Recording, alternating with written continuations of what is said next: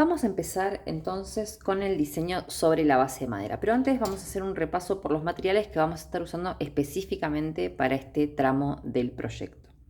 Lo que vamos a hacer ahora es un trabajo muy parecido al que estuvimos practicando en las hojas de papel. Vamos a dibujar un mandala desde el esqueleto hasta las figuras en esta base circular. Yo estoy trabajando acá en una base que tiene, vamos a medirla, tiene aproximadamente 56 centímetros. Un poquito menos de 60. Lo que vamos a ver en este tramo del proyecto vale para cualquier tamaño de mandala que vos quieras trabajar. No es que únicamente vas a poder trabajar con esta medida o más chico, sino que si vos querés ir más grande, el procedimiento es exactamente el mismo. No abarco un proyecto más grande acá porque genera una dificultad bastante notoria, digamos, con el tema de la cámara, ¿no? Mientras más grande, más espacio hay, entonces también tardamos más en llevar adelante el proyecto y todo eso, y me parece que se va a volver tediosa tanto como para vos como para mí, así que prefiero trabajar en este tamaño que es mediano para que podamos ver todo lo que es el proceso creativo en sí y que vos después eso lo puedas trasladar a cualquier medida que a vos te interese.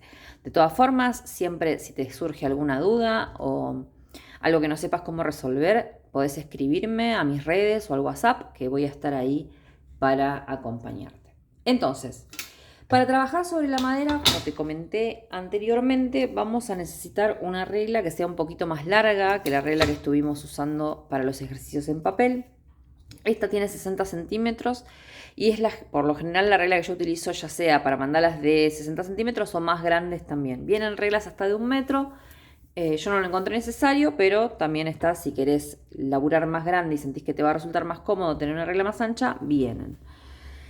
Entonces, una regla, otra cosa diferente que vamos a utilizar para trabajar sobre el círculo es este cosito que es un compás, como el que estuvimos viendo pequeño, pero es un compás para pizarrón. Tiene la característica de que se le puede poner un lápiz en la punta, como ves acá, o una tiza, y te permite dibujar círculos más amplios, ¿no? A medida que tu base sea más ancha, vas a necesitar mayor apertura del compás, entonces con uno de los escolares, estos que estuvimos usando para trabajar en papel, te vas a quedar corta.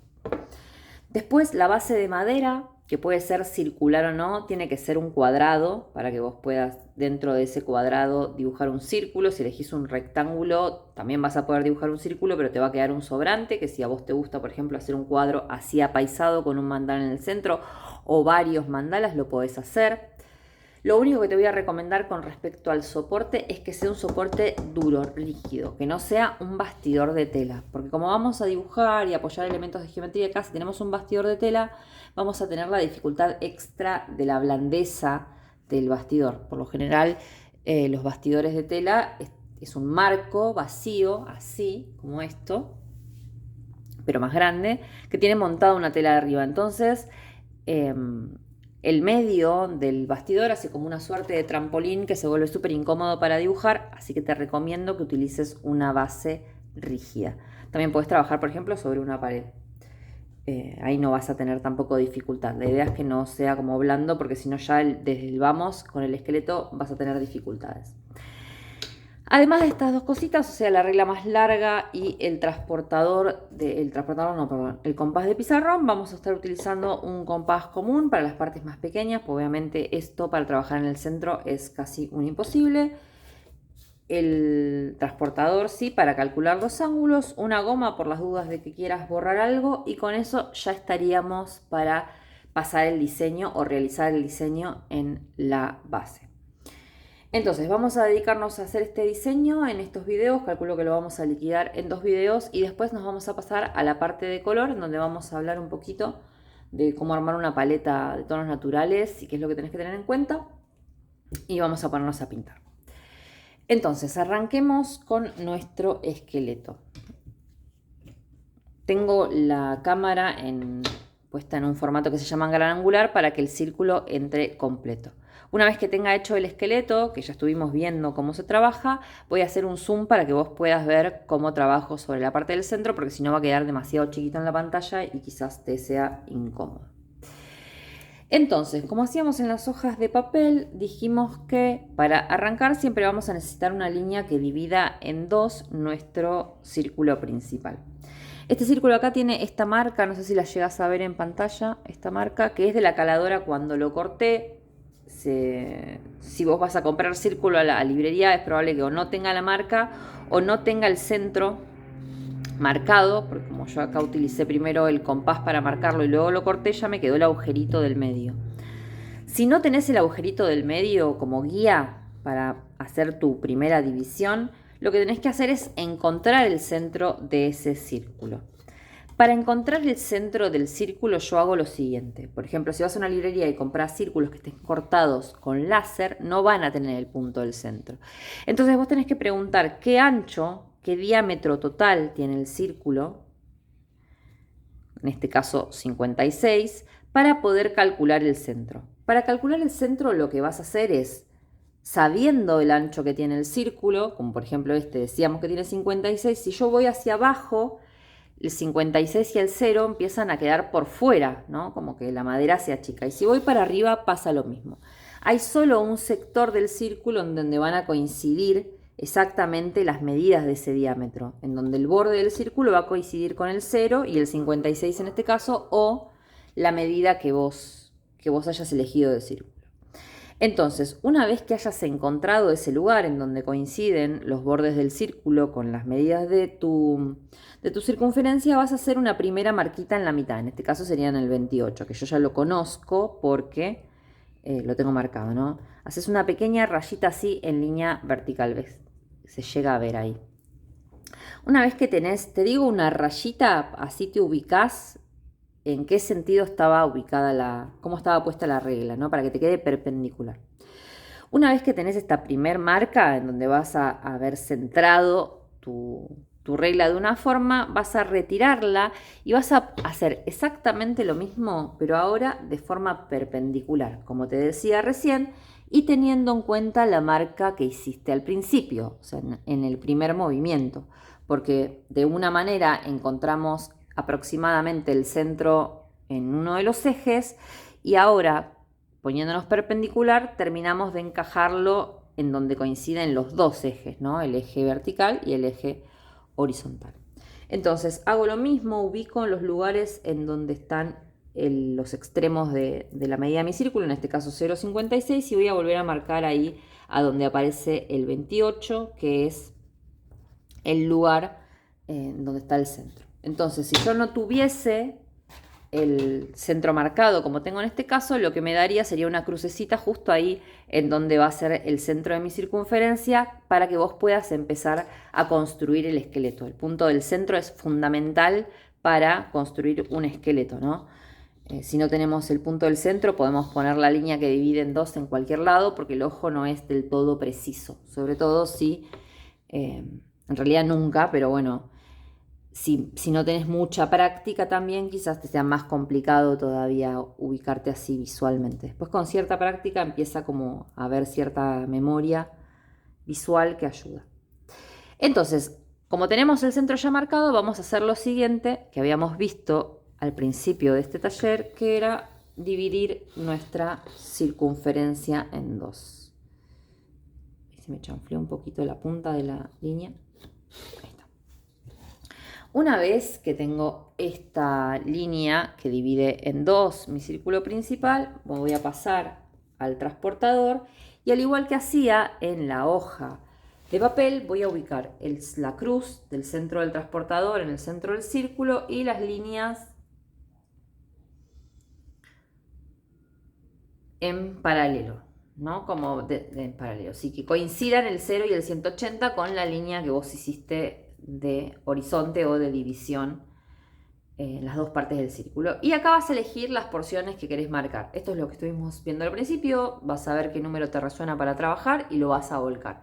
Yo en este caso voy a trabajar con un mandala de 12 porciones, ya más complejo de lo que estuvimos viendo, que me dan porciones que son lo suficientemente como un término medio entre grandes y pequeñas, o sea, son lo suficientemente grandes como para trabajar y no, sin ser demasiado espaciosas y quedar vacías, ni tampoco apabullarme de líneas el esqueleto. Entonces voy a marcar un ángulo cada 30 grados. 30, 60, no, acá, acá hice una marca que no va. 30, 60, 90, 120, 150 y el próximo sería 180. ¿Ven? Si yo voy sumando de 30 y 30, llego de 0 a 180. Como estoy trabajando con un número de porciones par, no hace falta que venga del otro lado y tome los ángulos, como estuvimos viendo que sí sería necesario en el caso de que estuviera trabajando con los números con una porción impar.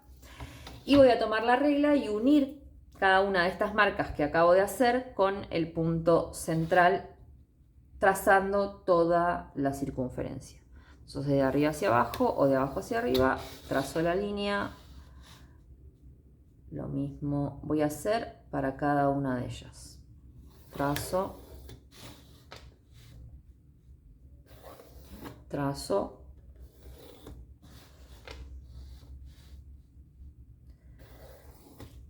ya me queda solo una.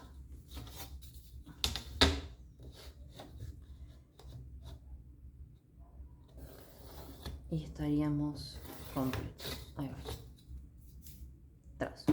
Perfecto. Este es el momento, ahora que tengo dibujadas mis porciones, de chequear así rápidamente a ojo. No hace falta que lo hagas con una regla ni que te pongas muy obsesiva con respecto a esto. De chequear a ojo si cada una de las porciones que dibujé se ven del mismo tamaño. Si te equivocaste cuando tomaste las medidas de los ángulos, va a ser muy notoria la diferencia entre una porción más ancha versus una que quedó muy finita. O parecido, ¿no? Va a haber una diferencia en el tamaño que va a ser notoria a simple vista. Si a simple vista no lo ves, estás perfecta. Te digo esto porque he visto en los talleres presenciales que a veces una puede llegar a ponerse un poco como perfeccionista y empieza a fijarse, sobre todo después cuando va dibujando, a veces pasa que las líneas no coinciden exactamente, hay pequeñas diferencias milimétricas que son parte del trabajo y se pueden resolver. Pero bueno, cuando uno tiende al perfeccionismo o se exige mucho, puede ponerse un poco controladora del proceso y no disfrutarlo tanto o trabar el flujo creativo, ¿no? Mientras más uno mente y exigencia le pone, más dificultoso se vuelve el proceso. Lo mejor siempre es encararlo con un ánimo fresco, ¿no? De descubrimiento, de diversión, de exploración. Bien, ahora que tenemos entonces nuestras porciones, vamos a dibujar los pisos. Para eso voy a agarrar el compás, me voy a colocar en el centro de mi esqueleto y voy a trazar una serie de anillos. Recordemos que era a la distancia que a vos te guste. Puedes ir probando de ir poniéndolos en distintas distancias, como algunos más cerca y otros más lejos, o todos parecidos, o de fino que se vaya volviendo cada vez más amplio, o de más amplio que se vaya afinando, ¿no? Son todas variantes con las que está bueno jugar. Como ves, acá ya agoté el tamaño que puedo darle a mi compás. Ahí lo pude abrir un poco más. Está medio dura la rosquita porque le pegué un apretón. Después de mucho uso se empieza como a aflojar un tornillito y se abre muy fácil. Yo le pegué un apretón y ahora está re dura. Bien. Bueno, ahora sí, ¿no? Digamos que no podría abrirlo mucho más, entonces si quiero poner un piso más, voy a recurrir al compás de pizarrón. Voy a poner en el centro el compás de pizarrón, dependen los modelos, pero por lo general suele venir con esta mariposita. Me la muestro de costado, esto es un cierre mariposa. Con esta mariposita que está para ajustar las dos patitas y que no se muevan. Entonces vas a ponerte en el centro, vas a buscar la medida que te interesa para ese piso. Yo lo voy a poner como por ahí. Y antes de trazar le vas a pegar una ajustadita a la mariposa para que puedas trazar tranquila sin que se mueva el ancho del compás. Y ahí vamos a trazar el anillo. Bien, me quedaron 1, 2, 3, 4, 5, 6 pisos. No es necesario que hagas 6, podés hacer más. Tampoco esto implica que va a ser el número último de pisos a medida que vayamos volcando figuras acá. A veces Podemos agregar un piso si lo necesitamos o descartar un piso si no nos sirve. Siempre el esqueleto, la idea es que te ayude a vos a materializar tu pulso creativo, no que te limite o que digas, bueno, esto no lo puedo hacer porque el esqueleto no me deja, ¿no? El esqueleto es una creación tuya y la podés acomodar acorde a lo que vayas queriendo hacer en tu trabajo.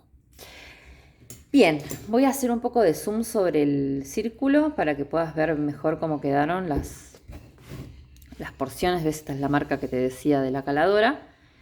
Ven que me quedaron cuadrantes que están bien, tienen un buen tamaño, puedo manejarme cómoda, no son ni muy chicos ni muy grandes, que es lo que te recomiendo para empezar. Mientras más espaciados sean tus cuadrantes, o sea, mientras más amplio, más difícil te va a ser llenarlo, de cierta medida, ¿no? A medida que uno va agrandando el mandala, si por ejemplo yo hubiese hecho 3 porciones en lugar de 12, serían 3 porciones enormes.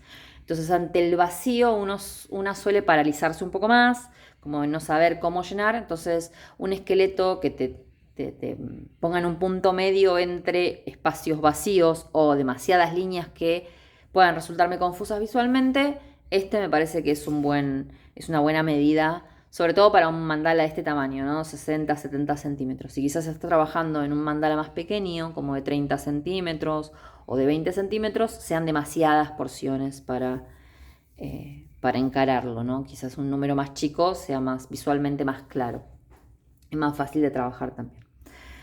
Entonces, así nos quedó. Nos vamos a ver en el video siguiente, en donde vamos a empezar a trabajar ya con las figuras dentro de este esqueleto.